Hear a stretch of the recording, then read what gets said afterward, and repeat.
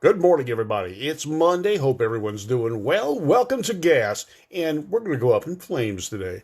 We're going to talk about the history of putting flames on hot rods and other cars, and why, when, where did this all start?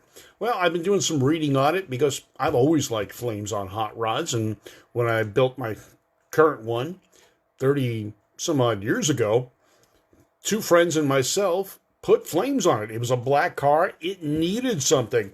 And flames is what it got. Hi, Rebecca. Good morning to you and Richard. Welcome. Danny Santos and Bill and Bob Loman. All right, so what we've got is flames. Where'd they come from? When did they start going on cars?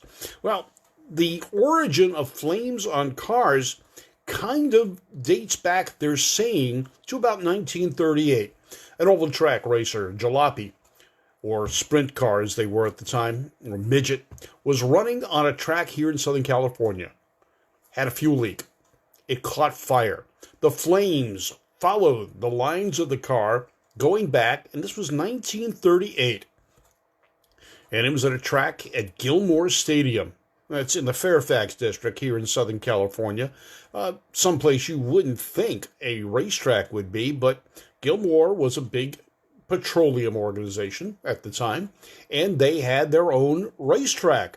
It sits or sat roughly where CBS is today. Now, this car went up in flames. The driver, he was injured. You got to remember, 1938, what was a fire suit? They didn't have them. What did he wear? Possibly just a T-shirt. May have even had gloves on. But the point is, the photograph of this car screeching around the track with flames made history. It also got people thinking. Now, after that, painted flames on cars really didn't start. But what they're saying is flames became part of the nose art on planes in World War II. Now, nose art was nothing new. It started with World War I planes, and it was a way of identifying the planes from the enemy's planes. I mean, the Germans and the others kept their paint schemes pretty sedate, and so they could identify their vehicles or their planes. The Americans, on the other hand, they did nose art. And one of the things they did were flames, artistically done to look like they were coming out of the engine or the exhaust or other things. Morning, Mike, Joe, Neil, how are you? Paul Summers, good morning to you. Now, Cassie Nunez is watching right now. She says scallops are better than flames. Yeah, I don't think so. They're cool, and on the right car, they look good. As a matter of fact, one of the guys that's watching us right now, it's got this great 37 Ford Coupe, I believe it is. And he's got a great scallop job. As a matter of fact, the car has been in magazines and calendars. Now, scallops are cool. I like them on the right car. I do like flames.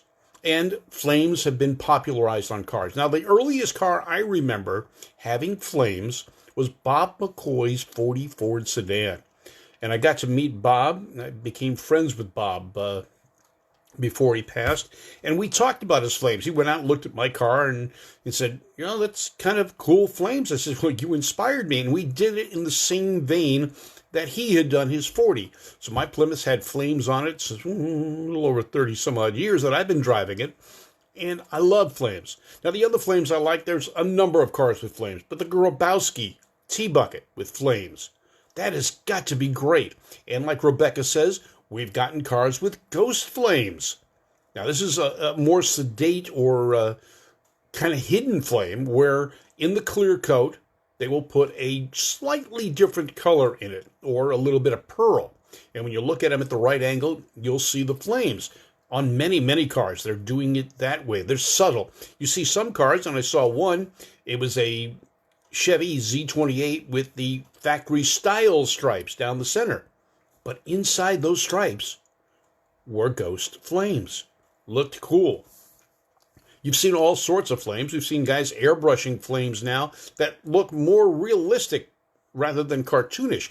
I believe mine looked more cartoonish, but that was the purpose. I did it in a way that replicated flamed cars of the 50s, and I built my coupe in a 50s style. Now, one of the other cars with high level of flames, it's gotten very good notoriety, is the old SoCal Jake. I think it was Jake or that Jake from SoCal Speed Shop did on his 34 Ford that was used in a movie. Now, this one definitely had some great flames on it. Let me find that one right now, because the whole page on Pete and Jake's website talks about that. But it is a cool look. It was Pete Chaporis, excuse me, not Jake, but Pete Chaporis' 34 Ford, and it was cool in flames. I do like flames. Tony German says flames on his 63 F100. There you go. And it doesn't matter. It depends. Well, Skip, you're watching. Good morning to you, Skipper. And I've got a picture of your car on the page, too, because I love the yellow flames on the blue car. It doesn't have to be a black car. It doesn't have to be a red car. It doesn't matter what color the car is. If you put the proper hue on the colors, it looks great. And Skip's is just a fine example of that. And I like Skip's car with the blue and in yellow. It does remind me a little bit of Norm Grabowski's T-Bucket. Now, that's another famous car with flames. When Grabowski had his car painted all solid black, it was noted because it was quite unique at the time. But when did that car really get noticed? When he put flames on it, painted the car blue and put flames on that car, and it became an instant hit and a TV icon as well. So when did they start? Well, they're saying 1938, based on the flamed race car that went up in flames, and then they started getting popular during World War II on fighter planes. And it was a personalization of the individual pilot's plane. Good morning, Jack Swanson, Mark McGeorge, and Steve Vera. So they did that. The hot rodders, or guys coming back from the war, again started building hot rods. How did they personalize them? They painted flames on them in many cases. Now, not the flames that we're seeing today. For the most part, they were simplistic. They were done by hand.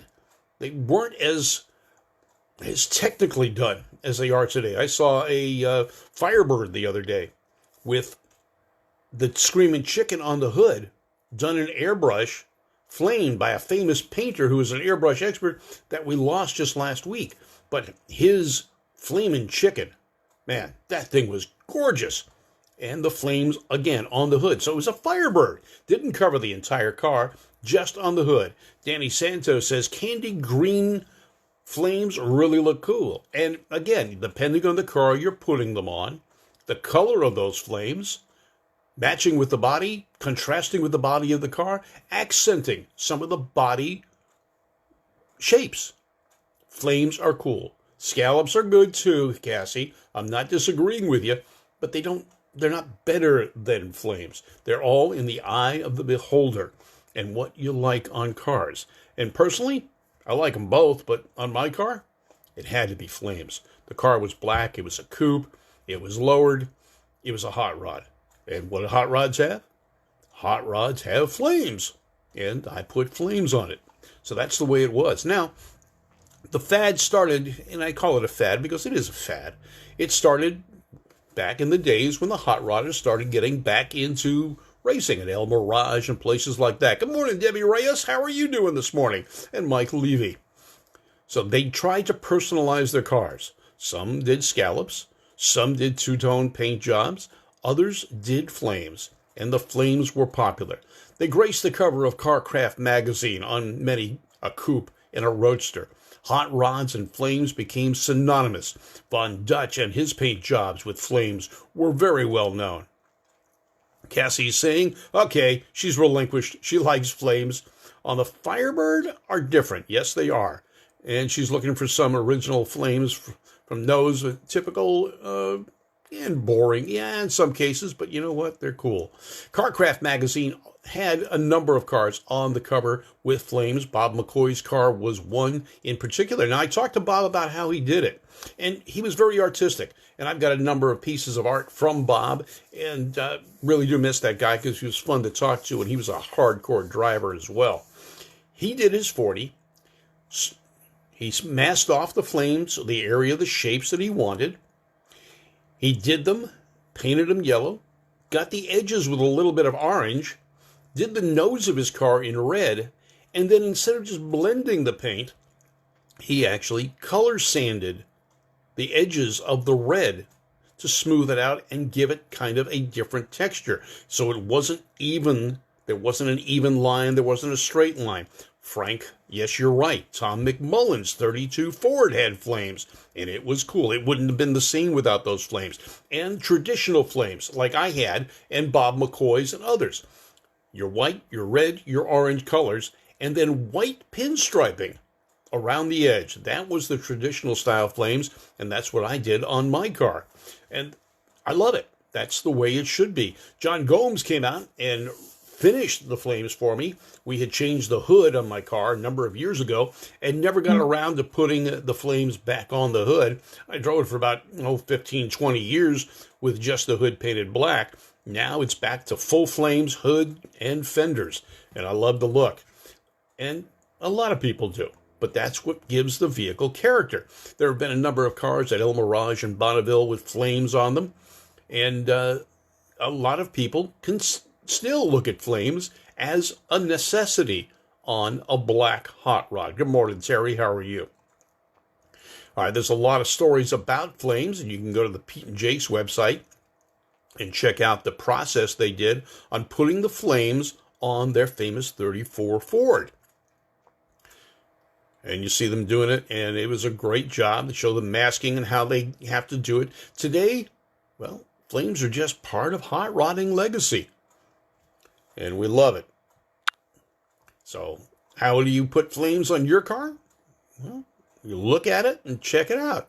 But there's a whole lot of flames to take a look at if you go on Facebook or on Wikipedia. You'll find lots of pictures of cars with flames. I put in history of painted flames on cars, and there's very little information about where did it start and how did it start. However, they all seem to agree 1938 at Gilmore Stadium as one of the cars went up in flames going around the track. So that's something to look at and something to think about. So is your hot rod got flames? It can. And I've seen them on everything. Late model cars, early cars, hot rods, muscle cars. You put the right flames in a car. A friend of ours had a 1960 El Camino. He flamed just about a 6-7 inch strip across the hood and front fenders. Looked great. Another friend's got a red El Camino, and he did his flames in silver tones and white. Looks great on that machine. So again, get a professional painter or someone with an artistic ability to lay out those stripes, get them painted on there. I don't think you'll regret it. Hot rods and flames, they go together. And I'm Hot Rod Bob. You got gas, the morning edition. Thanks for tuning in this morning. Hey, have a great weekend. Stay healthy, stay safe, whatever it takes. I'm Hot Rod Bob. Gas brought to you by Valley Head Service, Irwindale Speedway, Irwindale Drag Strip, Service Tech, Tucker Tire, and Moon Eyes. You guys have a great day. I'm Hot Rod Bob. You are gasaholics, and you've got gas. Take care now, folks.